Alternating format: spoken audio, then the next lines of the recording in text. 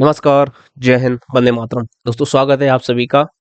Firstly तो I am sorry, I know it's a very long time. बहुत एक लंबा समय हो गया जहाँ पे मैं आप लोगों के बीच नहीं आ पाया हूँ। ठीक है, but trust me, now everything is sorted. और अब मैं हर सप्ताह, even I can say twice in a week, या हो सकता है थ्राइस भी हो सकता है। यानी कि लगभग एक सप्ताह में हमारे 3 या 4 तो वीडियो आ ही जाएंगे। ठीक है, तो जो भी करंट के इश्यूज रहेंगे, करंट के सिनेरियोस रहेंगे, जो भी बनेंगे, ठीक है, उस पे मैं वीडियो अब कंटिन्यू बेसिस पे आपको देखने को मिलेंगे। ठीक है, तो बाकी आप उस चैनल को अपने दोस्तों के साथ में, अपने जो भी हैं यार मित्र वगैरह, उनके साथ में शेयर कर सकते हैं। बाकी फिलहाल आज मैं करवाने वाला हूँ, मतलब करवाने के वाला हूँ, आज मैं आपको बताने वाला हूँ, अभी रिसेंटली ही 2 दिन पहले भारत के प्रधानमंत्री आदरणीय नरेंद्र जी मोदी जी ने अयोध्या में श्री राम जन्मभूमि पे जो श्री राम जी का मंदिर बना था, उस पे ध्वजारोहण किया है। यानी कि वहाँ पे अभी तक जो मंदिर के शिखर पे ध्वजा नहीं लगी थी, तो उस पे उन्होंने ध्वजा का आरोहण किया था, वहाँ पे एक ध्वजा लगाई गई थी। ठीक है? तो वो उस ध्वजा का क्या महत्व है, उस ध्वजा में क्या-क्या पॉइंट्स हैं, या मोदी जी ने उस समय क्या बोला है, या उस ध्वजा के होने के बाद में, या ध्वजारोहण होने के बाद में, ध्वजा लगने के बाद में जो भारत के अन्य पड़ोसी देश हैं, स्पेशली पाकिस्तान और बांग्लादेश, उनका क्या रिएक्शन रहा। या चूंकि आप सभी को पता है, जो भी इंटरनेशनल कमिटीज हैं उसमें पाकिस्तान जो है हमेशा भारत के अगेंस्ट में रहता है, चाहे हम अच्छा काम करें या बुरा काम करें। हालांकि तो उस पे पूरा हम इस सेशन में चर्चा करेंगे विस्तृत रूप से। ठीक है, तो आप देख सकते हैं, आप सभी को पता ही है, रिसेंटली मतलब कह सकते हैं कि राम मंदिर बनकर पूरी तरीके से तैयार हो चुका है। ठीक है, इस पे ध्वजारोहण भी हो चुका है, और सामने आपको जो स्क्रीन दिख रही है, जो आपको अभी फोटोज दिख रही हैं, ये वर्तमान में हमारे राम मंदिर का स्वरूप है, जो कि वर्तमान में अयोध्या में स्थित है। ठीक है, ये बेसिकली आप कह सकते हैं कि अब जाके भारतीय जो सनातन धर्म है, तो सनातन धर्म के अनुसार एक स्थान है पूरी दुनिया में जो कि हमारा केंद्र बिंदु कहलाया जा सकता है। जैसे कि अगर आप जाएँ इस्लाम के अनुसार, तो उनके लिए उनका जो केंद्रीय बिंदु है, जो कि मतलब कि उनके नंबर 1 प्रायोरिटी पे रहता है, वो आपका कह सकते हैं कि मक्का मदीना है। ठीक है? जो कि मक्का मदीना है इस्लाम के लिए। सेम इसी तरीके से अगर सिख धर्म के लिए जाएँगे, या ठीक है, तो आप पहुँच जाएँगे अमृतसर में, जो कि साधारण सी बात है, सिख धर्म का सबसे बड़ा केंद्र भी है, और वहाँ पे जो स्वर्ण मंदिर है उसके रिगार्डिंग। ठीक है, थर्ड अगर आप जाते हैं ईसाई धर्म में, तो जो ईसा मसीह जी का सैन फ्रांसिस्को का जो वो है, क्या बोलते हैं उसको, म्यूजियम या क्या बोलते हैं उसको, चर्च। ठीक है, तो वो उनका एक केंद्रीय बिंदु हो जाता है। सेम इसी तरीके से अगर आप यहूदियों के लिए जाते हैं, तो जो इजराइल की राजधानी है बेसिकली, या फलस्तीन की राजधानी जो भी आप कहें, जेरूशलम। ठीक है, तो जेरूशलम ईसाइयों के लिए, सॉरी, यहूदियों के लिए एक मेन पॉइंट्स हो जाता है, या कि कह सकते हैं कि ये हमारा गढ़ है। सेम इसी तरीके से अगर हिंदू धर्म की बात करें, तो हम ये तो कह सकते थे आज से पहले, या 4-3 से पहले, कि हाँ, भारत जो है वो हिंदुओं का एक देश है, और हिंदू धर्म का जो उदय है, या सनातन धर्म का जो प्रसार प्रसार है, उसका जो केंद्र है, मुख्य बिंदु है, वो भारत है। किंतु अगर भारत में भी हम बात करें, तो एक कोई हमारे पास एक ठोस पॉइंट नहीं था, या ठोस एक कह सकते हैं कि एक ऐसे ऐसा केंद्र नहीं था, जहाँ पे जाके हम किसी भी देश में जाके मतलब स्ट्रांगली ये बोल पाएँ कि हाँ, हम हमारे भगवान के बारे में अगर आपको जानना है, तो आप प्रॉपर्ली इस देश में आ जाइए। यहाँ से मोस्टली जो है सनातन धर्म का आपको दिखने को मिल जाएगा। हालाँकि अगर भारत की बात करी जाए, तो भारत में आप अगर कश्मीर में जाते हैं, या जम्मू कश्मीर में, तो माता वैष्णो देवी का मंदिर है, या मथुरा में प्रभु श्री कृष्ण जी का है। ठीक है? परंतु अगर सनातन की मुख्य धारा की बात करी जाए, मुख्य विचारधारा की बात करी जाए, या राम राज्य की कल्पना की बात करी जाती है, तो सबसे पहले जेहन में एक ही नगरी आती है, वो है अयोध्या। और अयोध्या में ही हमारे आराध्य प्रभु श्री रामचंद्र जी का कह सकते हैं कि उनका एक तरीके से अभी तक आप मान सकते हैं बनवास ही था। ठीक है? तो अभी जाके नरेंद्र मोदी जी ने इसका शिलान्यास भी इन्होंने ही किया था। ठीक है? और अभी बनकर ये कुछ इस तरीके से आपको तैयार हो चुका है अयोध्या में, और इसकी वजह से अयोध्या में काफ़ी ज़्यादा डेवलपमेंट भी हो रही है, आप सभी ने देखा ही होगा। हालाँकि इस सीज़न में हम चर्चा करेंगे आगे विस्तृत रूप से। ठीक है? ये नाइट व्यू है, और दिन में कुछ इस तरीके से हमारा जो राम मंदिर है वो इस तरीके से आपको दिखने वाला है। ठीक है? कुछ इस तरीके से आप देख सकते हैं, बहुत भव्य और दिव्य राम मंदिर है। ठीक है? और वर्तमान में आप देख सकते हैं यहाँ पे मंदिर के शिखर पर ये जो प्रतिमा लगी हुई है, सॉरी, ये जो ध्वजा लगी हुई है, इसी का जो शिलान्यास था, या इसी को फहराया था मोदी जी ने। ठीक है? और इसको बेसिकली धर्म ध्वजा का नाम दिया गया था। और आप सभी को पता है जब भी कहीं पे भी धर्म की बात आती है, यानी कि धर्म का अनुष्ठान, धर्म या अच्छा कोई कार्य होता है, तो साधारण सी बात है, रामचंद्र जी के तो जीवन में असुरों का या दैत्यों का, दानवों का आना जाना लगा ही रहा था। जब भी कोई धर्म का कार्य होता है तो डेफिनेटली वहाँ पे कोई नेगेटिव एनर्जी आती ही आती है, ठीक है? तो चाहे वो त्रेता युग में श्री रामचंद्र जी के समय का कालखंड रहा हो, या द्वापर युग में श्री कृष्ण जी के समय का कालखंड रहा हो, या वर्तमान में प्रभु श्री रामचंद्र जी के मंदिर का जो ध्वजा आरोहण हुआ था, धर्म ध्वजा जिस पे स्थापित करी गई थी, उस समय भी कुछ असुर प्रवृत्ति के लोग यहाँ पे प्रकट हुए, ठीक है? और वो असुर थे ये हमारे अंकल जी, आपको दिख रहे होंगे, जो कि वर्तमान में पाकिस्तान के प्रधानमंत्री बने बैठे हैं, और ये है पाकिस्तान का सेना अध्यक्ष जो कि आसिम मुनीर है, जो कि मतलब इनडायरेक्ट तौर पे यही पाकिस्तान का कर्ता-धर्ता है। तो इनकी तरफ से कुछ स्टेटमेंट आती हैं, तो उस पे हम आगे चल के विस्तृत चर्चा करेंगे। हालाँकि इन्होंने यूएन तक को इन्वॉल्व कर दिया कि यूएन को इस पे इन्वॉल्व होना चाहिए, भारत में इस तरीके से डराया जा रहा है, लोगों को धमकाया जा रहा है इस तरीके से, ठीक है?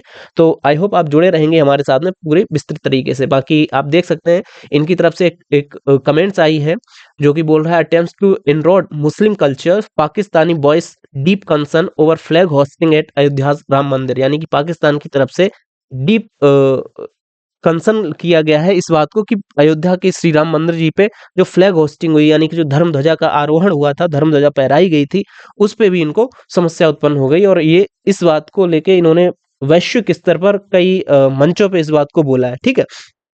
बाकी अगर अयोध्या के श्री राम मंदिर, रामचंद्र भूमि जी या रामचंद्र जी के मंदिर की अगर बात करें, तो 2019 में जो ऑनरेबल सुप्रीम कोर्ट था, उसने मतलब बहुत एक लंबे डिबेट के बाद में, ठीक है, 9 नवंबर 2019 को ये डिसीजन दिया था अयोध्या डिस्प्यूट के नाम से, जो कि था, ठीक है। और अगर मतलब आपके घर में, परिवार में अगर कोई भाई बहन अगर मतलब यूपी पीसीएस की तैयारी कर रहा है या यूपीएससी की तैयारी कर रहा है, तो ये आप वीडियो उनको भी शेयर कर सकते हैं। वहाँ पे आप लिख सकते हैं इस तरीके से कि जो सुप्रीम कोर्ट में, बाकी हम आपकी जानकारी के लिए बता दें, सुप्रीम कोर्ट में बेसिकली 3 पक्ष लड़ाई लड़ रहे थे। पहला, मुस्लिमों की ओर से कोई पर्टिकुलर व्यक्ति नहीं था, कोई वो नहीं था, परंतु मुस्लिमों की ओर की तरफ से जो सुन्नी वक्फ बोर्ड था, ठीक है, आप देख सकते हैं सुन्नी सेंट्रल वक्फ बोर्ड, ये मुस्लिमों की तरफ से फाइट कर रहा था। और हिंदुओं की तरफ से सुप्रीम कोर्ट में 2 लोगों को कह सकते हैं कि सुप्रीम कोर्ट ने वादी बनाया था, जिसमें पहला एक था अखाड़ा, और दूसरा एक प्रभु श्री रामचंद्र जी को ही इन्होंने एक तरीके से कह सकते हैं सुप्रीम कोर्ट ने एज अ पर्सन ट्रीट किया था। और इस तरीके से 3 पक्षों को लेकर सुप्रीम कोर्ट ने सुनवाई की थी, और अंत में जाके, हालांकि सबसे जो लंबी सुनवाई या सबसे स्टार्टिंग की सुनवाई थी वो इस अखाड़े की तरफ से लड़ी गई थी, लेकिन बाद में वहां पे जो विवादित ढांचा था उसको हटा के वहां पे ये निर्णय हुआ था कि हाँ, यहाँ पे मतलब चूंकि आप सभी को पता है, हमारा आर्कियोलॉजिकल सर्वे ऑफ इंडिया और भारत की सभी तमाम एजेंसियों ने मिलके बाद में जाके अपने दस्तावेज प्रस्तुत किए, अपने प्रूफ प्रस्तुत किए, ठीक है, सभी सबूतों के आधार पे तब जाके सुप्रीम कोर्ट ने उस जमीन को, जो श्री राम लला नाम से एक प्रॉपर वादी बनाया था, उसको ये पूरी जमीन प्रोवाइड करी। और बाकी जो वहाँ पे जो एक विवादित ढांचा था, जिसको बेसिकली बाबरी मस्जिद बोला गया था, उसको वहां से हटा के, और वर्तमान अयोध्या या से बाहर लगभग 35 से 39 किलोमीटर दूर वहां पे एक जगह प्रोवाइड की, लगभग 5 बीघा जमीन, ठीक है।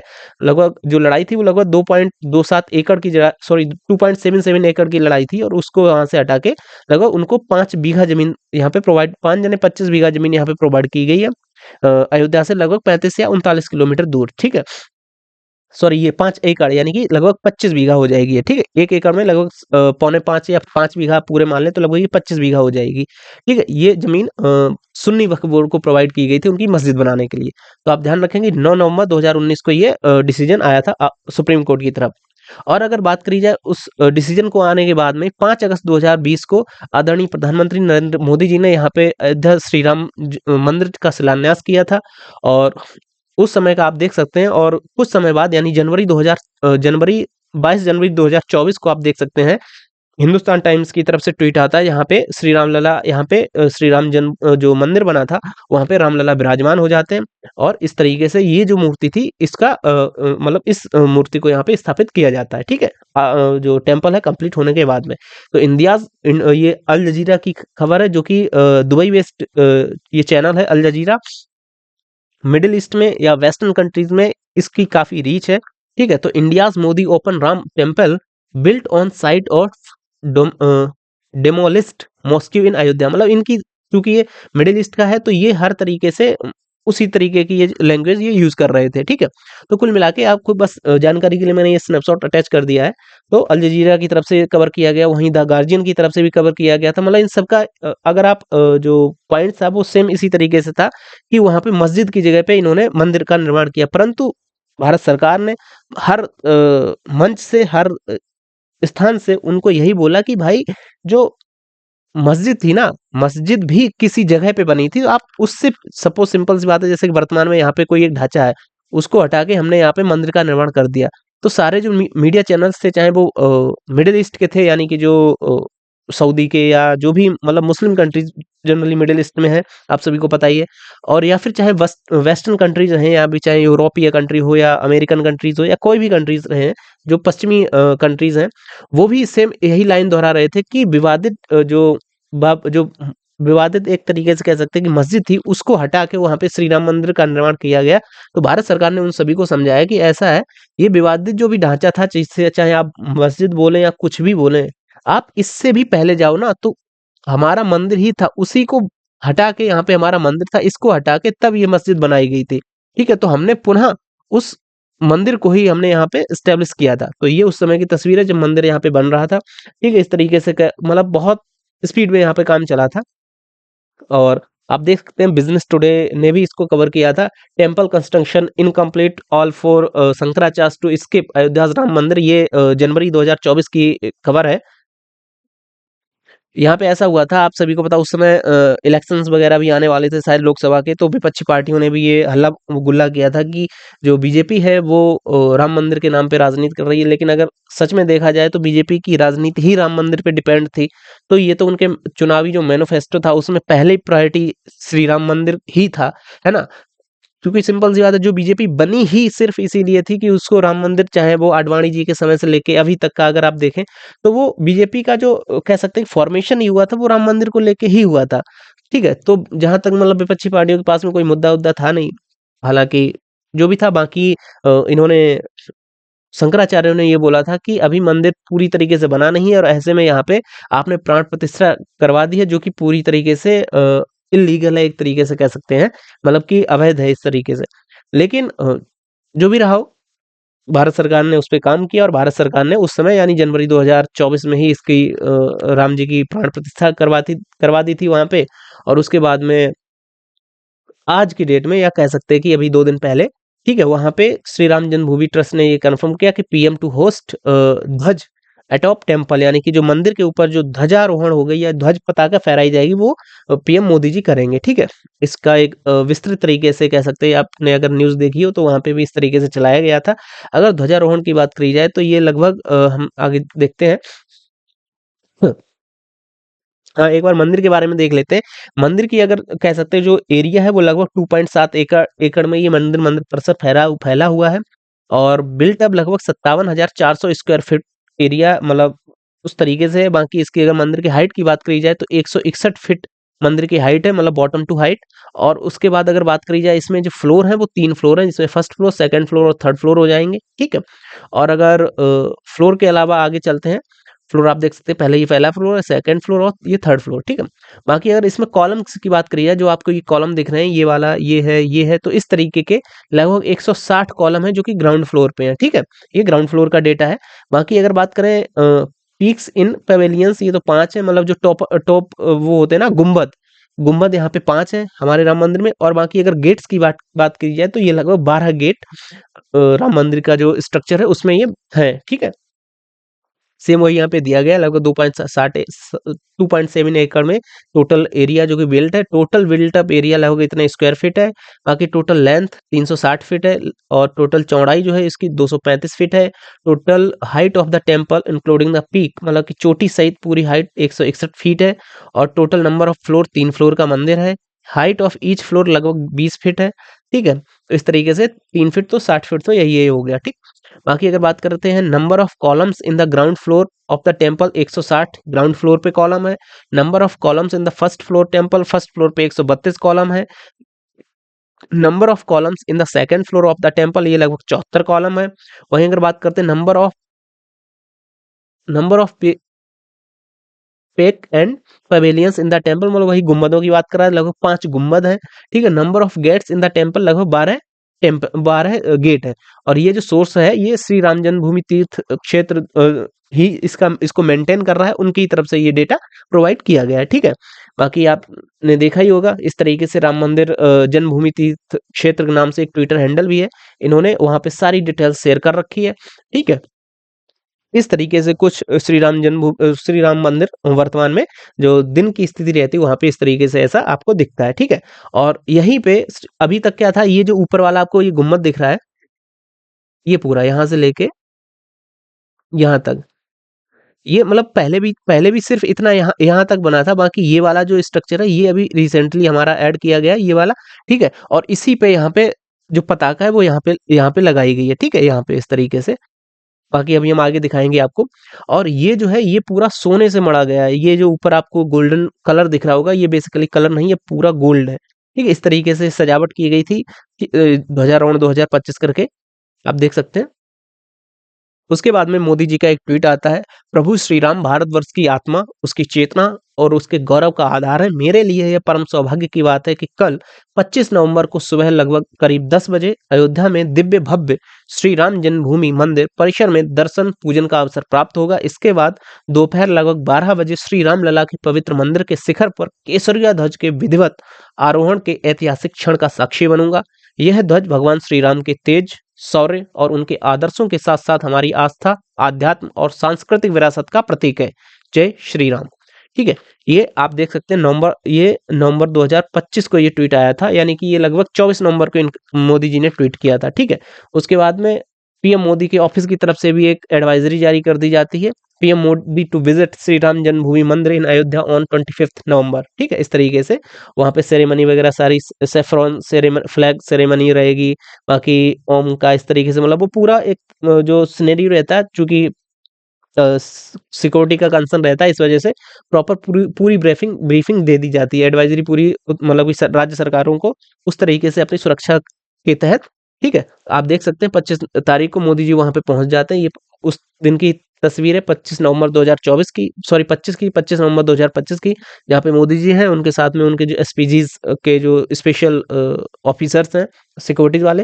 बाकी राम मंदिर परिसर क्षेत्र में पहुंचने के बाद में ये श्री राम जन्मभूमि तीर्थ क्षेत्र की ओर से ये ट्वीट आता है, जहां पे आपको दिख रहा होगा यहाँ पे एक सिक्योरिटी गार्ड है, इसको अगर निगलेक्ट कर दिया जाए तो आदरणीय प्रधानमंत्री मोदी जी हैं, उनके साथ में संघ प्रमुख जो कि आरएसएस के चीफ कह सकते हैं आप वर्तमान में, डॉक्टर मोहन भागवत जी हैं, उनके साथ में उत्तर प्रदेश की वर्तमान राज्यपाल श्री आनंदीबेन पटेल जी हैं, और साथ में आदरणीय उत्तर प्रदेश के मुख्यमंत्री आदरणीय योगी आदित्यनाथ जी हैं, ठीक है। तो इनकी सबकी उपस्थिति में यहाँ पे मोदी जी की तरफ से इस ध्वजा का कह सकते हैं कि इस रस्सी के माध्यम से ये इस ध्वजा को ऊपर तक ले जाया जाता है, और वहां पे ऊपर ध्वजा फहराई जाती है। 25 नवंबर का आप ट्वीट देख सकते हैं, लगभग 3:10 पे श्री राम जन्मभूमि तीर्थ क्षेत्र की ओर से ट्वीट आता है, और ये मेंशन करते हैं सदा शिखर की ओर, ठीक है। उसके बाद में मोदी जी का पुनः ट्वीट आता है, अयोध्या के पावन धाम में श्री राम जन्मभूमि में ध्वजारोहण समारोह का हिस्सा बनना मेरे लिए अत्यंत भाव विभोर करने वाला अनुभव रहा है। शुभ मुहूर्त में संपन्न हुआ यह अनुष्ठान हमारे सांस्कृतिक गौरव और राष्ट्रीय एकता के नए अध्याय का उद्घोष है। राम मंदिर का गौरवशाली ध्वज विकसित भारत के नवजागरण की संस्थापना है। ये ध्वज नीति और न्याय का प्रतीक हो, ये ध्वज सुशासन से समृद्धि का पथ प्रदर्शक हो, और ये ध्वज विकसित भारत की ऊर्जा बनकर इसी रूप में सदा आरोहित रहे। भगवान श्री राम से यही कामना है। जय जय सिया राम। इसके बारे में अगर बात की जाए तो आप देख सकते हैं अयोध्या का श्री राम मंदिर आज संपूर्ण हो गया। प्राण प्रतिष्ठा के लगभग 673 दिनों बाद पीएम मोदी और आरएसएस प्रमुख मोहन भागवत जी ने मंदिर के शिखर पर ध्वजारोहण किया। सुबह लगभग 11:50 पर जो अभिजीत मुहूर्त था उसमें बटन दबाते ही 2 फीट का केसरिया ध्वज 161 फीट ऊंचे शिखर पर फहराने लगी। आप ध्यान रखेंगे ये जो केसरिया ध्वज की अगर वजन की बात करी जाए ये 2 किलो का था, ठीक है। पीएम मोदी भाव विभोर हो गए। अगर आपने वो वीडियो देखा होगा उसमें आपने देखा होगा जिस समय मोदी जी इस तरीके से देख रहे होते हैं तो वहां पे उनके जो हाथ होते हैं वो आपने देखा होगा हाथ कांपने लगते हैं। तो बेसिकली वो कई जो ट्रोलर्स रहते हैं वो इस तरीके से कह रहे हैं कि मोदी जी अभी बूढ़े हो चुके, पर अगर आप आध्यात्मिक दृष्टि से देखें तो एक कह सकते हैं कि मोदी जी के ने बचपन से ये सपना देखा होगा, और जब आप अपने अपने आप पे अगर इस तरीके को अप्लाई करें, सपोज आप बचपन से कोई सपना देखें, तो जिस समय वो पूरा होता है ना, तो ऑटोमेटिकली आपका जो मन होता है वो मतलब कह सकते हैं कि एक अथाह शांति या उत्साह या प्रेम के जो सागर होता है ना, उसमें तैरने सा लगता है। तो वो क्षण मोदी जी के लिए वही था, ठीक है? और उन्होंने जो धर्म ध्वजा थी उसको हाथ जोड़कर प्रणाम किया था, ठीक? बाकी आप देख सकते हैं इस तरीके से मोदी जी की अगर जर्नी की बात करी जाए तो ये आडवाणी जी के साथ में जिस समय राम मंदिर का कह सकते हैं आंदोलन हुआ था, उस समय से मोदी जी साथ में थे। तो ये कहा जाता है वी फॉट यानी कि हमने लड़ाई लड़ी, वी बिल्ट हमने इसको बनाया, वी कॉन्सेक्रेटेड और उसके बाद में now our Dharma rise high यानी कुल मिला के ये मोदी जी का वो है एक तरीके से। और इस तरीके से मैंने आपको रस्सी दिखाई थी, इस रस्सी की माध्यम से जैसे ही मोदी जी ने बटन दबाया था यहाँ से यहाँ पे एक बटन लगी हुई थी, उसको घुमाया था। अगर आपने वीडियो देखा हो तो जैसे ही उसको घुमाया था उसके बाद में ये ध्वजा जो है लगभग 2 किलो की ध्वजा है और ये इस तरीके से इस रस्सी के माध्यम से यहाँ पे जाके इस पोल में जाके यहाँ पे टच हो जाती है और ये वहाँ पे फहराने लगती है, ठीक है? बाकी अभी अब मैं बताने वाला हूँ इस ध्वजा के बारे में भी। ये धर्म ध्वज इसको नाम दिया गया था, ठीक है? इस तरीके से धर्म ध्वज। धर्म ध्वज के बारे में अगर बात करी जाए तो साधारण सी बात है, एक क्वेश्चन आता है कि राम मंदिर में ध्वज धर्म ध्वजारोहण के लिए 25 नवंबर को ही क्यों चुना गया? तो अयोध्या के जो साधु संत थे उनके अनुसार त्रेता युग में भगवान श्री राम माता जानकी का जो विवाह हुआ था वो मार्गशीर्ष महीने के शुक्ल पक्ष की पंचमी तिथि को हुआ था। और वर्तमान के हिसाब से वो जो तिथि है या वो थी वो 25 नवंबर को ही बन रही थी, यानी 25 नवंबर यानी आज मतलब उस समय ही यह पंचमी तिथि थी। और हर साल विवाह पंचमी के दिन हिंदू पंचांग के में सर्वाधिक विवाह की तिथि निर्धारित की जाती है। तो इस तरीके से उसी दिन को इस मतलब कि कह सकते हैं कि धर्म ध्वजारोहण के लिए इसको वो किया गया था। बाकी धर्म ध्वजा किस तरह का है? ये लगभग 22 गुना 11 फीट, यह 22 गुना 11 फीट की है और रंग चमकदार केसरिया है। और इसमें पैराशूट ग्रेड के 3 परत वाले कपड़े से बनाया गया है और रेशमी धागों में पिरोया गया है। यह अहमदाबाद में बनकर तैयार हुआ था। इसे 161 फीट ऊंचे शिखर पर 42 फीट ऊंचे एक दंड के माध्यम से स्थापित किया गया है। दंड पर 21 किलो सोना मढ़ा गया है, मैंने आपको पहले ही बताया था, ठीक है? पर आप ध्यान रखेंगे ये जो पिलर है, इन पिलर्स की लंबाई 42 फीट है, ठीक है? और इन 42 फीट के पिलर पे ओवरऑल जो है कह सकते हैं जो स्थापित किया गया पूरा, उस उसको पूरे को 21 किलो सोने में मढ़ा गया है, ठीक है? इस तरीके से ये जो पूरे थे, इसको पूरे को और यहाँ पे जो नीचे वाला ये जो थोड़ा एरिया रह जाता है, इस पूरे को 21 किलो सोने में मढ़ा गया है, ठीक है? ध्यान रखेंगे आप इस तरीके से। द स्केयर्ड सैफ्रॉन ध्वजा, इस तरीके से ये जो ध्वजा थी हमारी फहराने लगी। इस तरीके से आप देख सकते हैं ये पूरा जो है ये सोने में मढ़ा गया है, इस तरीके ये पूरा ही, ठीक है? और ये 21 किलो सोना यहाँ पे लगा है। बाकी धर्म ध्वजा जो है चूंकि इतनी ऊंचाई पे 161 फीट का हमारा मंदिर है, उस पे भी 42 फीट का ये जो धर्म दंड है और उस पे ये फहरा रही, तो ये बेसिकली ध्वजा का मतलब ये होता है कि अगर आप पौराणिक जो ऐतिहासिक जो भी रहते हैं, अगर आपने इतिहास पढ़ा है, कहानियां सुनी है, तो वहां पे ये होता है कि जब कोई राजा होता था या कोई फाइटर होता था, वो जब किसी गाँव पे, किसी राज्य पे या किसी भी मतलब कह सकते हैं अगर किले पे कब्जा कर लेता था, तो उसका मतलब ये था कि उस किले पे उसका जो ध्वज होता था, चूँकि आपने अगर इतिहास पढ़ा हो तो वहाँ पे हर राज्य का अपना एक ध्वज होता था, ठीक है? जैसे कि अयोध्या का अपना अलग ध्वज है। अगर वर्तमान में ही बात करी जाए, तो आपने देखा होगा मेवाड़ मेवाड़ का जो है अलग ध्वज था, वहीं जयपुर का अलग ध्वज था। अगर मुगलों का अलग ध्वज था, मुगलों में भी आगरा का ध्वज अलग था, दिल्ली का ध्वज अलग था। या मतलब कह सकते हैं अगर आप दक्षिण भारत में चले जाएँ तो शिवाजी की जो ध्वज पताका थी वो अलग तरीके की थी। तो वो ध्वज पताका बेसिकली सिर्फ़ एक इस तरीके का सिंबल होता था कि हाँ, अब जैसे वर्तमान में तो हम देख सकते हैं कि हमारे भारत में अगर भारत की आप बात करें तो भारत में बाउंड्रीज़ हैं। जैसे भारत में उत्तर प्रदेश ये इतना एरिया उत्तर प्रदेश का, यानी कि इस कोई अगर बाउंड्री है, सपोज़ मान लीजिएगा ये उत्तर प्रदेश है। उत्तर प्रदेश के इस तरफ यहाँ पे ये राजस्थान हो जाता है, नीचे मध्य प्रदेश हो जाता है, इधर बिहार है, ठीक है? इधर उत्तराखंड है या इधर हरियाणा है, इधर दिल्ली है। तो अभी वर्तमान में तो ये बाउंड्रीज़ से हम डिसाइड कर लेते हैं कि हाँ, यहाँ से उत्तर प्रदेश की सीमा है। लेकिन पुराने समय में इस तरीके की सीमाएँ जनरली नहीं हुआ करती थी। तो वो लोग क्या करते थे, अपनी जो बाउंड्रीज़ पे जो भी गाँव होते थे वहाँ पे उनका ध्वज फहराने लगता था। तो इससे ये सिंपल मतलब कि सिंबल हो जाता था कि हाँ, अब यहाँ से इस राज्य की सीमा प्रारंभ हो जाती है, ठीक है?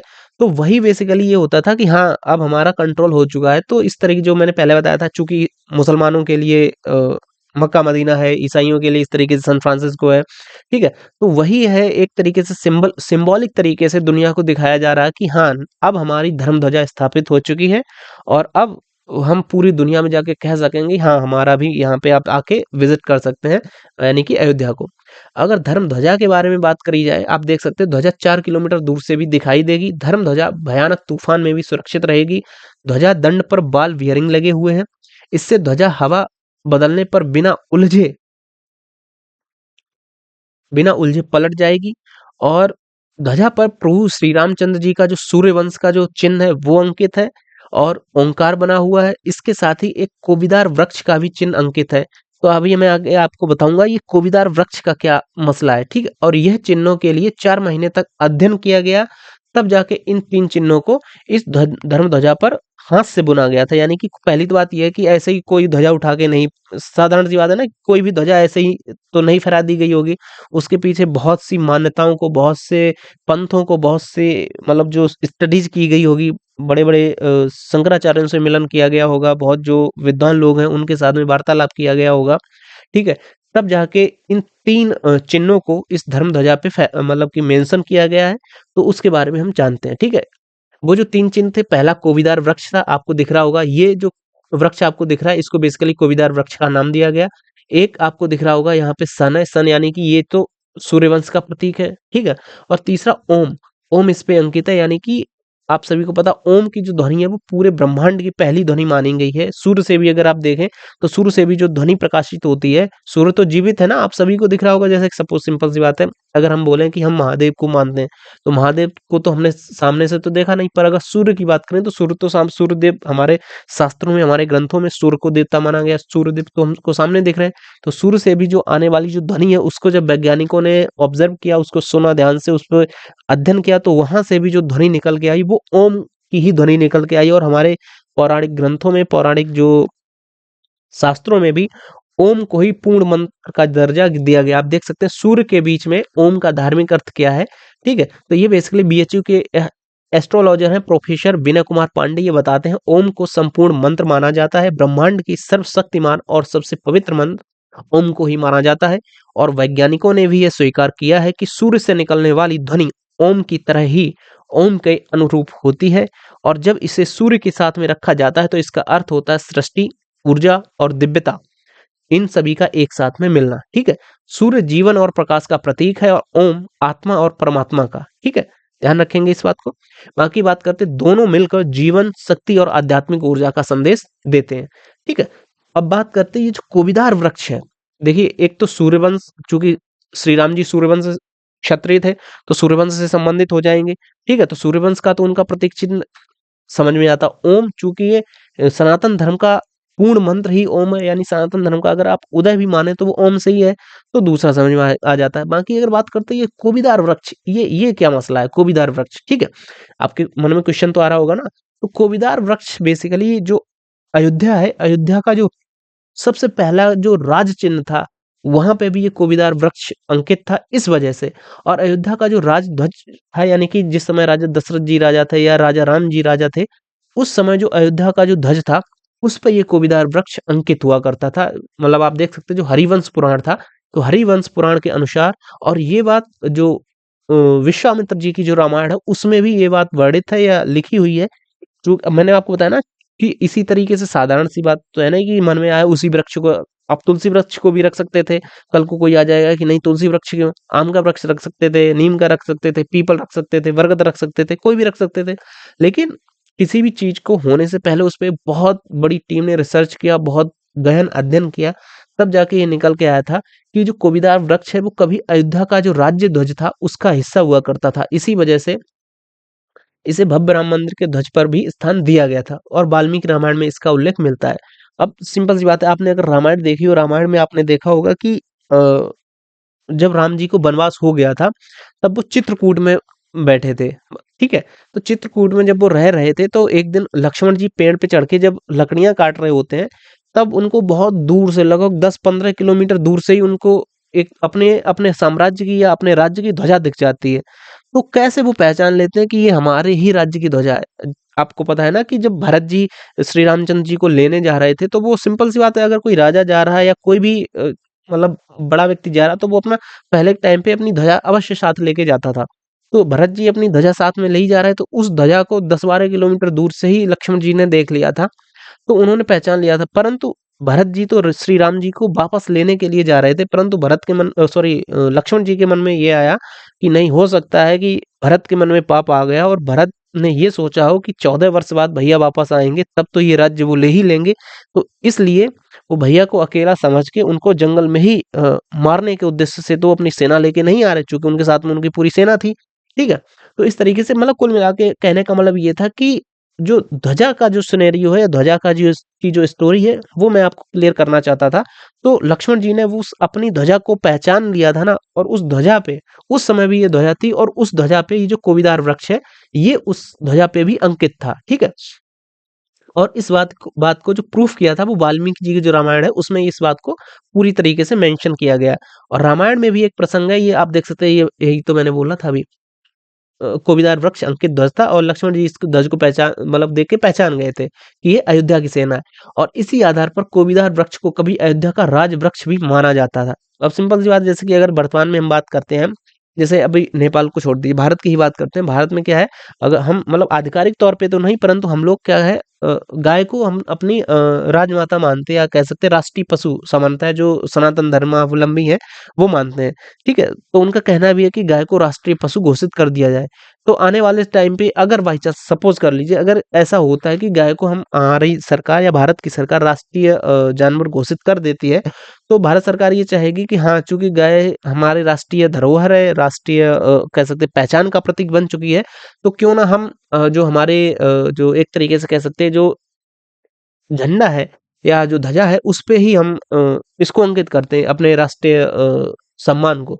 ठीक है, तो सेम इसी तरीके से अयोध्या ने भी अपने जो राजकीय वृक्ष था, जो कोविदार वृक्ष था, उसको अपने कह सकते हैं कि अपने झंडे पे उसको स्थापित कर रखा था। ठीक है, और बात करते हैं कि ठीक वैसे ही जैसे आज भारत का जो राष्ट्रीय वृक्ष है वो बरगद बरगद का वृक्ष है, और उस समय जो अयोध्या जी का जो राष्ट्रीय वृक्ष था, या कह सकते हैं अयोध्या राज्य का जो राज्य वृक्ष था, वो कोविदार वृक्ष था। ठीक है, और इसीलिए राम राज्य के प्रतीक ध्वज में कोविदार वृक्ष को फिर से सम्मान पूर्वक शामिल किया गया। और ये आप ध्यान रखिएगा, जो भी भाई बहन है, जो भी एग्जाम वगैरह दे रहे हैं, उनके यूपी के एग्जाम के लिए खासकर ये बहुत ज्यादा इंपॉर्टेंट हो जाता है। ठीक है, कोविदार वृक्ष पर क्या विज्ञान के बारे में अगर बात करी जाए, तो जो plant and animal diversity in Valmiki Ramayana ने इस बात पे रिसर्च किया है कि राम के वनवास काल में कई तरह के पेड़ों का उल्लेख मिलता है, उनमें कोविदार वृक्ष भी शामिल है। ठीक है, कोविदार वास्तव में कचनार की ही एक जाति है।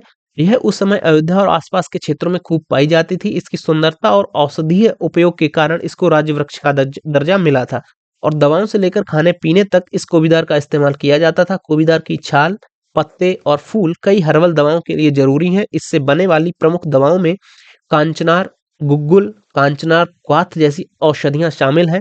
थायराइड, सूजन, टॉन्सिल और स्किन के रोगों में इसका इलाज में इसका उपयोग होता है।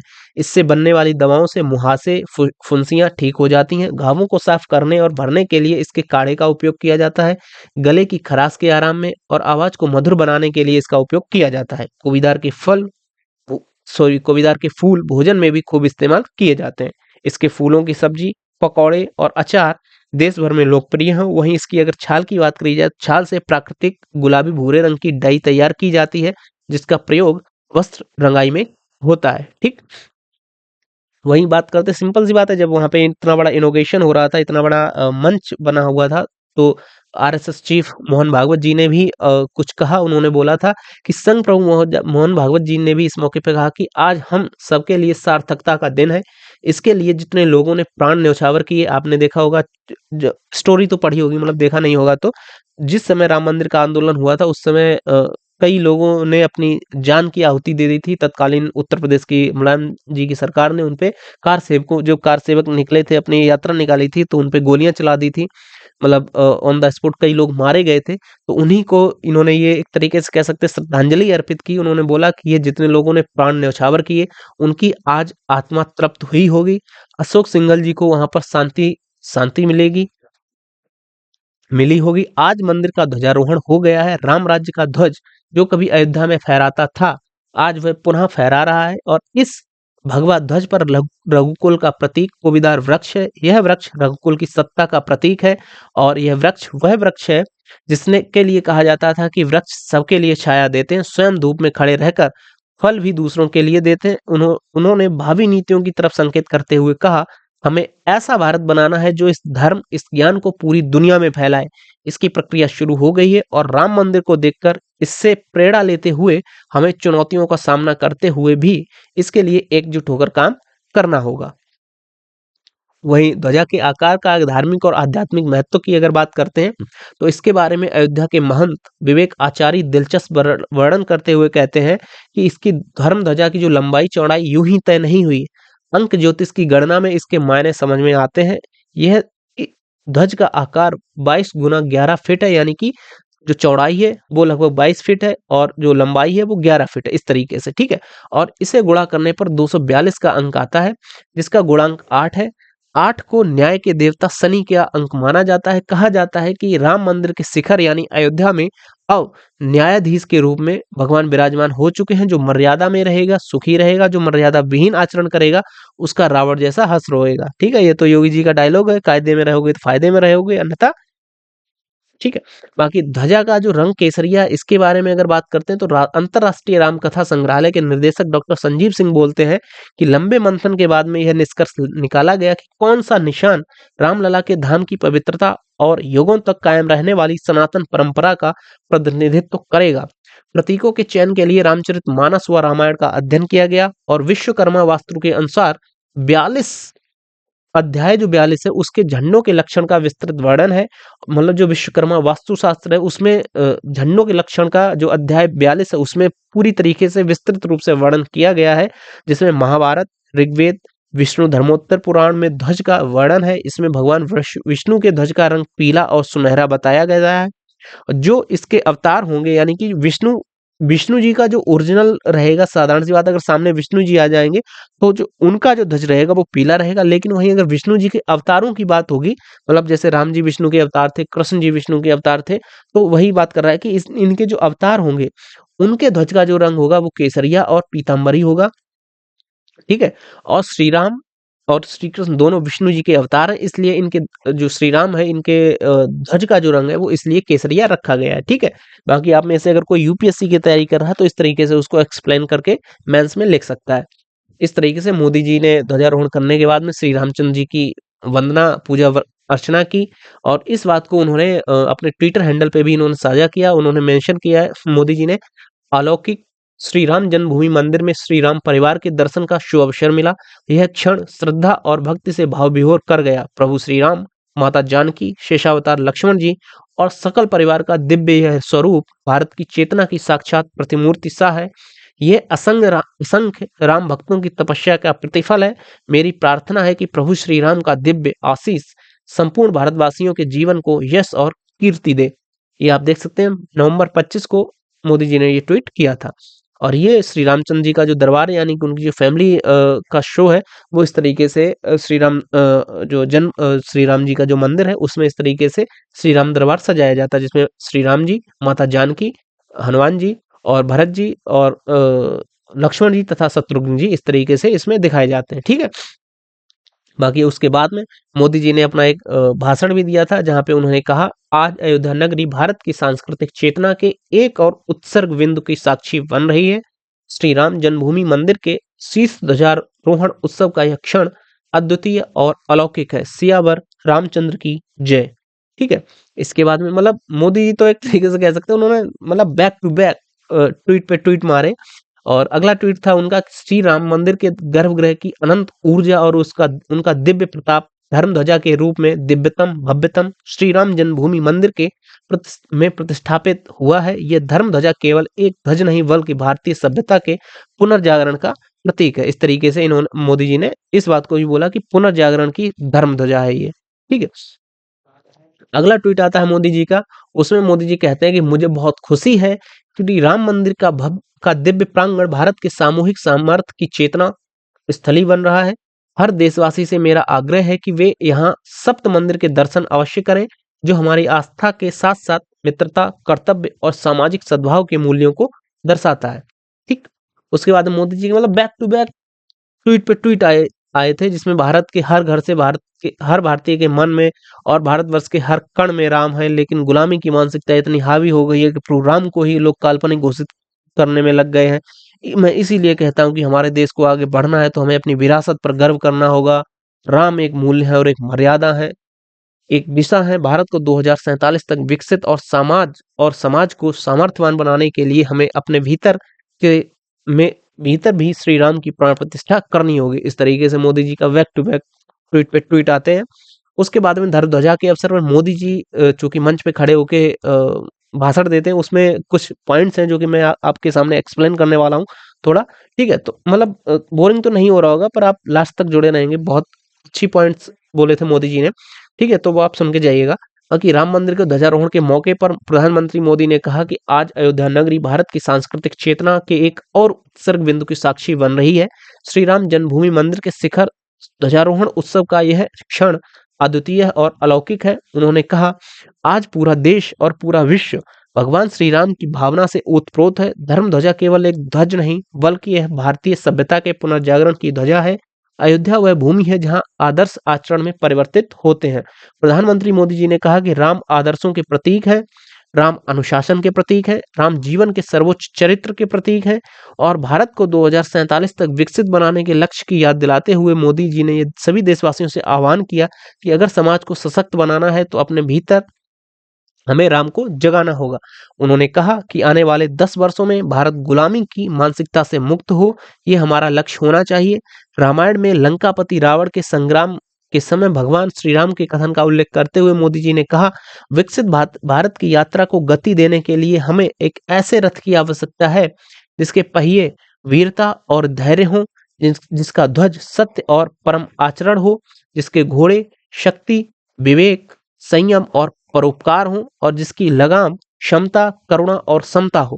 इसके साथ-साथ मोदी जी ने जो हमारी शिक्षा पद्धति है, उस पे भी एक तरीके से कह सकते हैं, एक उसकी कटु आलोचना करते हुए कहा, आज से 190 साल पहले 1835 में मैकाले नाम के एक अंग्रेज ने भारत को अपनी जड़ों से उखाड़ने के लिए जो बीज बोए थे, हमें आने वाले 10 वर्षों के लक्ष्य को लेकर चलना है कि भारत को गुलामी की मानसिकता से मुक्त करके रहेंगे। मतलब ये इन्होंने जो शिक्षा पद्धति है वर्तमान में, वो एक तरीके से कह सकते हैं कि मैकाले की ही, उस समय मैकाले गवर्नर जनरल हुआ करता था, तो मैकाले के ही कह सकते हैं कि जो शिक्षा पद्धति वर्तमान में देखी जा रही है, वो मैकाले की ही लाई हुई है, ठीक है? तो उसको ही काउंटर करने के लिए मोदी जी ने बोला है कि हमें हमारी शिक्षा को बढ़ावा देना है और जो हमारी पौराणिक शिक्षा थी, एक तरीके से कह सकते हैं जो गुरुकुलीय शिक्षा थी, या मतलब हालांकि उस तरीके से तो मोदी जी ने नहीं कहा, पर उनका कहना यही था कि हमको हमारी शिक्षा को मतलब आगे बढ़ाना है और हमें हमारी नीतियों को आगे बढ़ाना है। और इस अवसर पर आप देख सकते हैं भक्तजन बहुत ज़्यादा एक्साइटेड रहे और अयोध्या में रामचंद्र जी के जो मंदिर बनने से मतलब अगर जीडीपी की बात करी जाए तो उत्तर प्रदेश की जो इकोनॉमी है ना, मतलब एकदम बूम पकड़ गई। आप देख सकते हैं कि अब तक राज्य में लगभग 1.5% तक जो है वो जीडीपी वो सिर्फ और सिर्फ अयोध्या की ही वजह से बढ़ गई। मतलब अगर टोटल 100% हो रही है उत्तर प्रदेश की जीडीपी, तो उसमें लगभग आप 2% पूरी मान के चलिए, वो सिर्फ एक शहर दे रहा है, अयोध्या। ठीक है, अयोध्या में केंद्र और राज्य सरकार की तमाम परियोजनाएं संचालित हो रही हैं, जिसके कारण से इसकी रफ्तार को बूस्ट मिल रहा है। राम मंदिर के बाद से फेवरेट डेस्टिनेशन की बात अगर बात करी जाए तो बीते 22 जनवरी से राम मंदिर की प्राण प्रतिष्ठा की गई थी। उसके बाद यहाँ रोजगार में इजाफा होने के साथ ही टूरिस्ट डेस्टिनेशन लिस्ट में भी ये तेजी से ऊपर चढ़ा है। अब अयोध्या अब एक पसंदीदा जगह बन चुकी है टूरिस्टों के लिए, जो स्थानीय और अंतर्राष्ट्रीय दोनों तरह के पर्यटकों को अपनी ओर आकर्षित कर रही है। इसके जरिए स्थानीय होटलों, दुकानदारों को फायदा मिला है।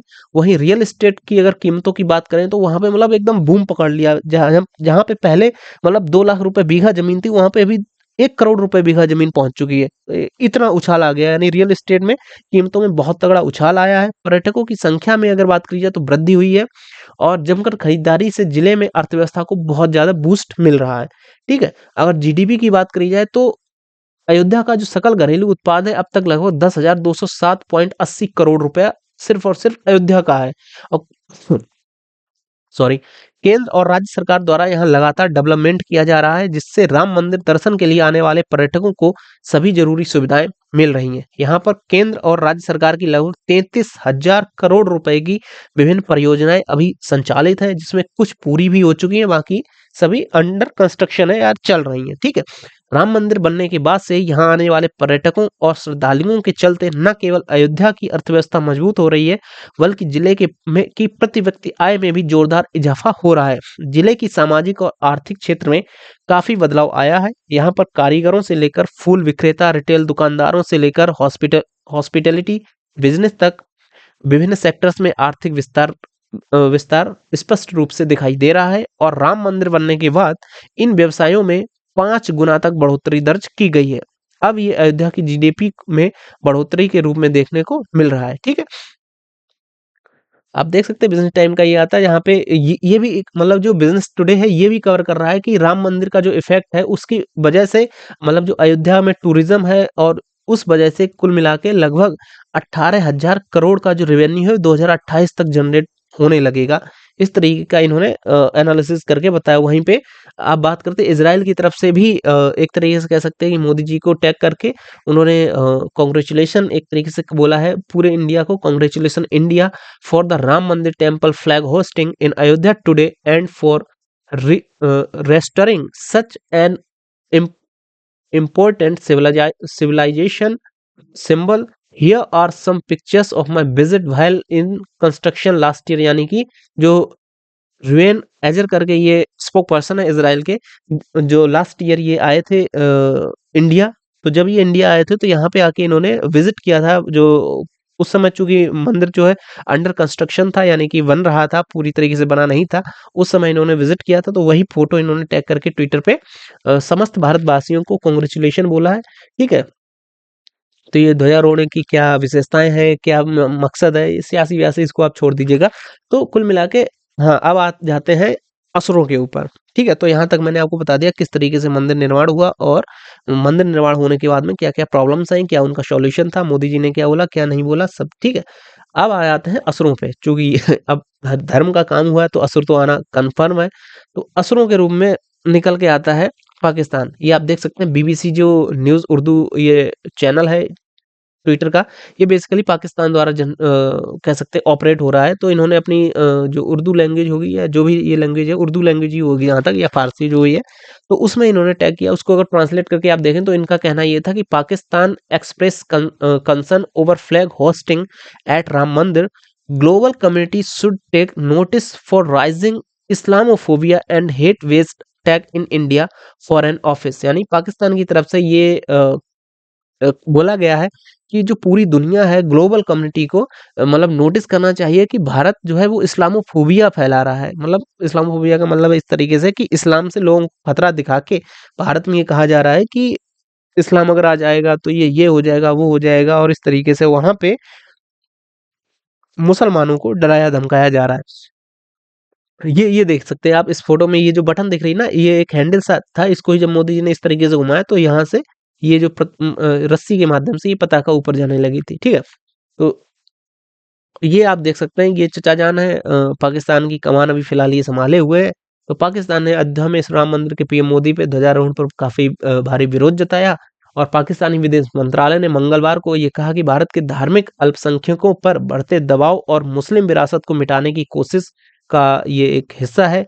पाकिस्तान ने कहा कि जिस तरह पहले बाबरी मस्जिद थी वहां पर अब राम मंदिर बनाया गया है। पाकिस्तान ने दावा भी किया है कि बाबरी मस्जिद कई सदियों पुरानी धार्मिक जगह थी। 6 दिसंबर 1992 को इसे भीड़ ने गिरा दिया था। पर इन गधों ने कभी ये नहीं बताया है कि जिस जगह पे बाबरी मस्जिद थी उस जगह पे उससे पहले भी तो कुछ था ना। पर इस बात को इन्होंने मतलब इनका जो वो थॉट प्रोसेस है ना, बहुत एकदम एकदम लाउड एंड क्लियर है। ये बस अपना ही झंडा ही हमेशा ऊपर रखते हैं। जैसे अभी रिसेंटली हमारा ऑपरेशन सिंदूर हुआ था, तो ऑपरेशन सिंदूर में इन्होंने इनका मतलब बहुत ज्यादा नुकसान हुआ, पर इसने क्या किया, इसने अमेरिका को पैसा पहुंचाया, मतलब बहुत ज्यादा पैसा पहुंचा के अमेरिका को ही अपने पाले में उतार लिया।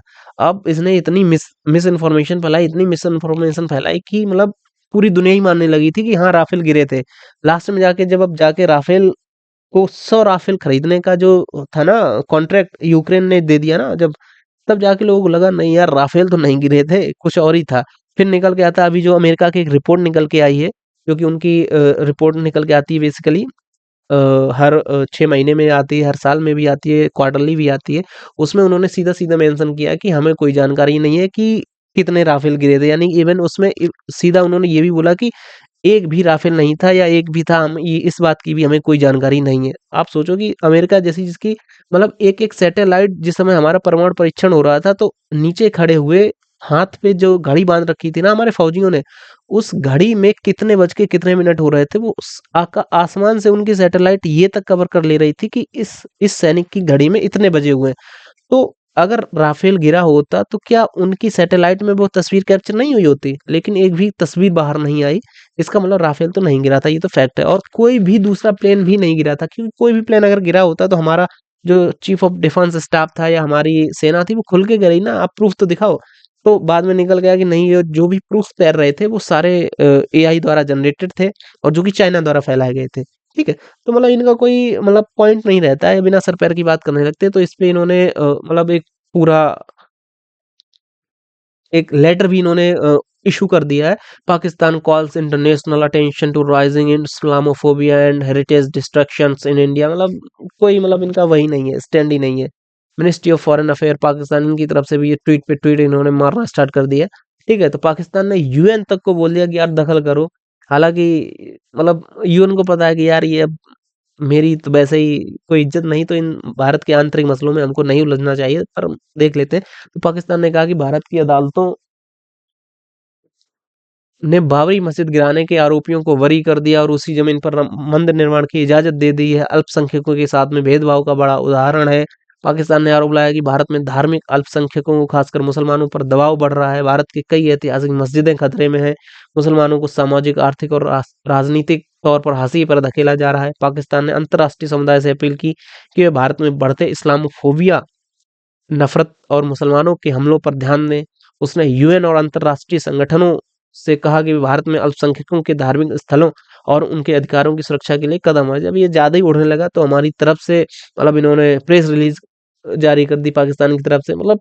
और उसके बाद में आपको पता ही, जो भी वेस्टर्न मीडिया रहती है वो इस बात को कम उठाएगी, और इन सभी देशों के जिन जिन जिस न्यूज़ में भारत को नीचा दिखाने की खबरें रहती है उस न्यूज़ को ये लोग काफ़ी ज़्यादा प्रायोरिटी दे देते हैं। फिर इस बात को चूँकि पाकिस्तान ने बोला तो फिर हमारे जो चैनल्स थे, द हिंदू आप देख सकते हैं, टाइम्स ऑफ इंडिया देख सकते हैं, हिंदू पोस्ट है, द फाइनेंशियल एक्सप्रेस है, इंडिया टुडे, इन्होंने भी फिर इस बात को उठाया कि पाकिस्तान इस तरीके से बोल रहा है। जब ज़्यादा ही मामला बढ़ने लगा तो फिर भारत के जो विदेश जो प्रवक्ता हैं, रणधीर जायसवाल जी, विदेश मंत्रालय के जो प्रवक्ता हैं, फिर फाइनली इनको ही बाहर आना पड़ा। और फिर इन्होंने बोला कि ऐसा है, डियर पाकिस्तान बेटे, जो है पापा से उलझते नहीं है, और अल्पसंख्यकों के अत्याचार पे ना तुम तो बेटा हमें ज्ञान ही मत दो। क्योंकि क्या है ना, तुम्हारा पूरा कच्चा चिट्ठा हमारे पास में है कि तुमने तुमने अपने देश में अल्पसंख्यकों के साथ में क्या किया, पहली बात। और मतलब ये तो दूसरी बात होगी। पहली बात तो ये है कि बेटा भारत में जो भी मुसलमान है ना, उनकी तो ज़िम्मेदारी भारत की ही है। चूँकि अब भारत, पहले तो तुम भी हमारे ही थे, लेकिन तुम्हारे पुरखों ने बोला नहीं, मुसलमानों के लिए एक अलग देश चाहिए, तो हमने अलग देश बना के तुमको दे दिया। अभी फ़िलहाल तुम पाकिस्तान में हो, तो तुम अब अपने देश का सोचो। वर्तमान में ये भारत में जो मुसलमान रह रहे हैं, वो तो उनके जो पुरखे थे ना, उन्होंने तो इज़्ज़त के साथ में भारत में ही रहना स्वीकार किया था। वो नहीं गए थे, तो वो मतलब कह सकते हैं सोच के साथ में, वो भले वो धर्म से इस्लामिक हैं, पर उनकी सोच भारतीयता की है। तो वो सोच से भारतीय हैं और भारत में वो पूर्णतः सुरक्षित हैं। लेकिन तुम अपने देश का हाल सँभालो, तुम भारत के मुसलमानों पे इतना ध्यान मत दो, ठीक है? बाकी हम देख लेंगे हमें अंदर क्या करना है। और उसके बाद में जब पाकिस्तान की तरफ से ये प्रेस रिलीज़ कर दी गई और इस तरीके से ट्वीट ट्वीट पे ट्वीट मारना स्टार्ट कर दिया है, तो लास्ट में जाके मतलब ट्विटर ने भी ये काफ़ी अच्छा ये दे दिया है फंक्शनैलिटी, कि जो भी मिसलीडिंग इन्फॉर्मेशन रहती है या गलत इन्फॉर्मेशन रहती है, तो ट्विटर उसको सेम अपनी तरफ से ही जब से ये ग्रो आया है, तो ट्विटर अपनी तरफ से ही ये इन्फॉर्मेशन देने लगता है किसी कोड के नीचे कि हाँ भाई, ये गलत इन्फॉर्मेशन है, इस तरीके से इस पे आप विश्वास मत करो। तो उनकी खुद की प्रेस रिलीज़ जो पाकिस्तान ने अपने ट्विटर हैंडल से शेयर की थी, उस पे जाके लास्ट में खुद ही ट्विटर की तरफ से ये आने लगा था नीचे कि oh! This is false misleading information. As per UNHRC report dated 24 July 2025, cities Pakistan roast handling of minorities including Ahmadi community, यानी कि इसकी तरफ से इसने बोला ना कि इंडिया में जो है माइनॉरिटी के साथ में ये हो रहा, ये वो हो रहा। तो फिर ट्विटर ने बोला कि ऐसा है बेटा कि 2025 की जुलाई तक ना सबसे ज्यादा जो माइनॉरिटी पे जो अत्याचार हुए हैं ना वो पाकिस्तान में ही हुए, ठीक है। और इवन ये नहीं कि उन्होंने माइनॉरिटी पे किए, तुम खुद अपने जो अहमदी जो मुसलमानों की ही जो कम्युनिटी है ना, तुम उन पे भी अत्याचार कर रहे हो, ठीक है। तो यहाँ पे तो जाके मतलब पाकिस्तान को बहुत ज्यादा शर्मिंदगी का एहसास हुआ होगा। हालांकि इनमें शर्म वरम तो बची नहीं है, पर फिर भी हम मान लेते हैं। और पाकिस्तान की अगर बात करी जाए तो मतलब जो अल्पसंख्यकों के साथ में जो हिंसा हुई, उस पे अगर बात करी जाए तो भारत पे झूठा आरोप लगाने वाले पाकिस्तान के खुद बड़े पैमानों पर इन्होंने अल्पसंख्यकों के साथ में हिंसा कंटिन्यू है।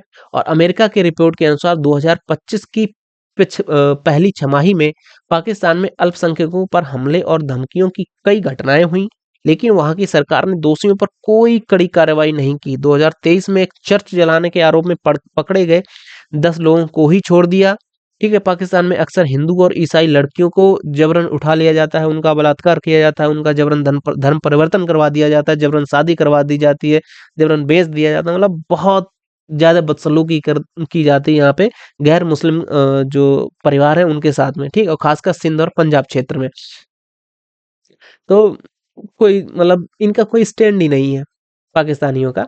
ये आप देख सकते हैं, ये बेसिकली आप अगर ट्विटर वगैरह चलाते हैं तो साउथ एशियन डाइजेस्ट करके एक पेज है, वहां पे जाके आप देखेंगे तो यहाँ पे ना ये पाकिस्तान में एक जगह है, सियाल टाउन ऑफ झांग डिस्ट्रिक्ट है पाकिस्तान में।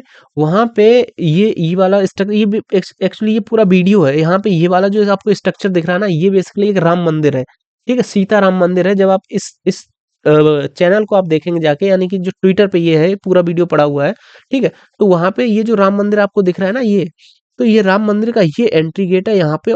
और इसके इस तरफ एक शॉप है, और इस सिंपल सी बात है, जैसे ये मान लीजिए ये गेट है, इसके इस तरफ एक शॉप है जो कि ये वाली आपको दिख रही, ये वाली आपको दिख रही, और इसके गेट के इस तरफ एक शॉप है। तो आप समझिए कि यहाँ पे और ये मंदिर के ही है, पूरा स्ट्रक्चर ये पूरा मंदिर का है। तो मंदिर अंदर ये गेट है, मंदिर के अंदर एंट्री गेट के बगल में यहाँ पे इन्होंने चिकन शॉप खोल रखी, मतलब मांस मछली टांग रखी है। और ऊपर बाकायदा पूरा लिखा है श्री सीताराम मंदिर, इस तरीके से। तो ये अहमदपुर करके एक जगह है, सियाल टाउन, झांग डिस्ट्रिक्ट, पाकिस्तान की। तो फिर ये वायरल होने लगा। फिर यहाँ पे ये आपने ये भाई ये कोई यूट्यूबर है पाकिस्तान का, काफी मतलब मैं कह सकता हूँ कि पाकिस्तान में वैसे तो पढ़े लिखे हैं नहीं, मतलब ना के बराबर ही मैं मानता हूँ पाकिस्तान में पढ़े लिखे लोगों की संख्या है। पर फिर भी इस भाई की मैंने एक दो रील्स देखी है, मतलब अपनी बात को समझाने की कोशिश करता है पाकिस्तानी आवाम को। हालांकि पढ़े लिखे है नहीं, मतलब क्या ही इनको समझाया जाएगा। पर फिर भी इस भाई के मैंने एक दो वीडियो देखे हैं, ठीक है।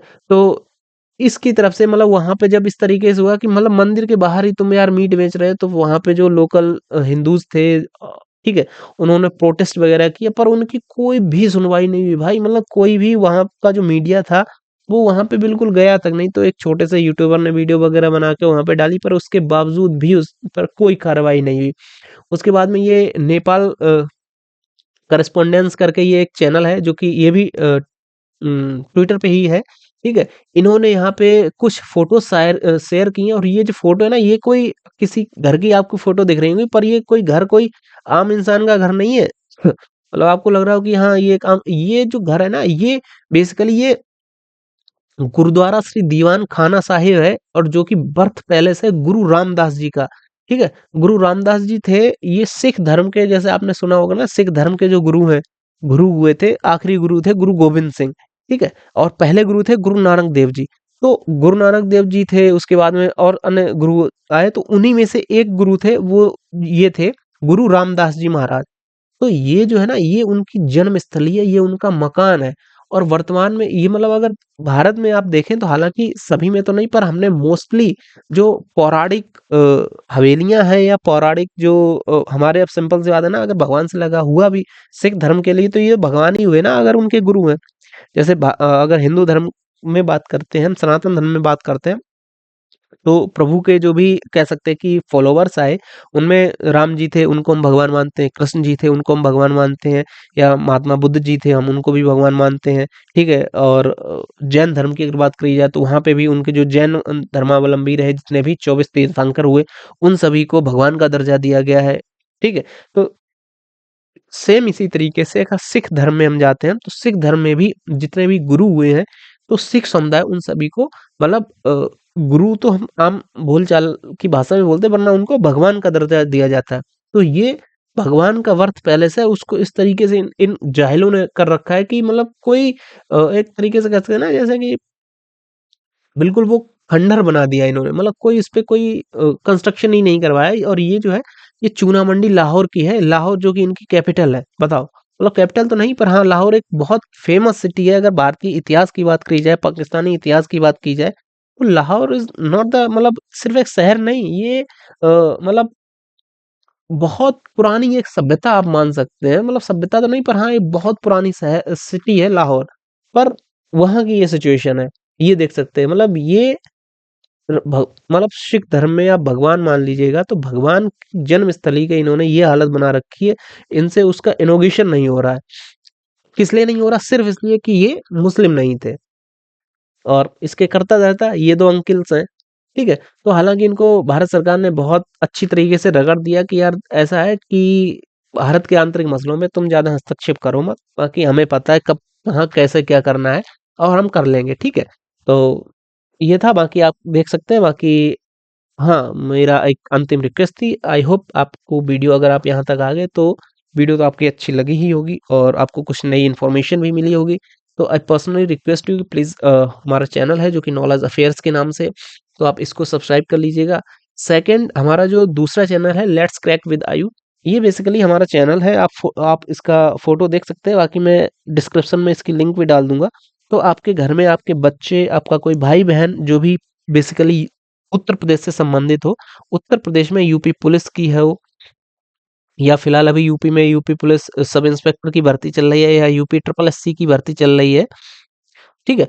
तो कुल मिला के उत्तर प्रदेश की किसी भी भर्ती से या सरकारी नौकरी की तैयारी कर रहा है, तो हमारे इस चैनल को आप एक बार जाके विज़िट कर लीजिएगा, लेट्स क्रैक वाले को, और इसको भी आप सब्सक्राइब कर लीजिएगा। क्यों? क्योंकि इसपे मैं बेसिकली बहुत मतलब जो स्टडी वाला कंटेंट है, वो दे रहा हूँ, ठीक है? बाकी चलो मिलते हैं आपसे नए वीडियो में, तब तक के लिए मैं आपसे आज्ञा चाहूँगा। बाय-बाय, जय हिंद, वंदे मातरम और जय श्री राम। इसी नारे के साथ में हमारा उद्घोषण आज का शुरू हुआ था, और इसी के साथ में मैं अवश्य चाहूँगा कि आप लोग अपने जीवन में एक बार यार, मतलब जल्दी ही, जीवन में तो नहीं, आप श्री राम मंदिर को अवश्य विज़िट करें। और बस ठीक है? तो बाय-बाय, जय हिंद, वंदे मातरम।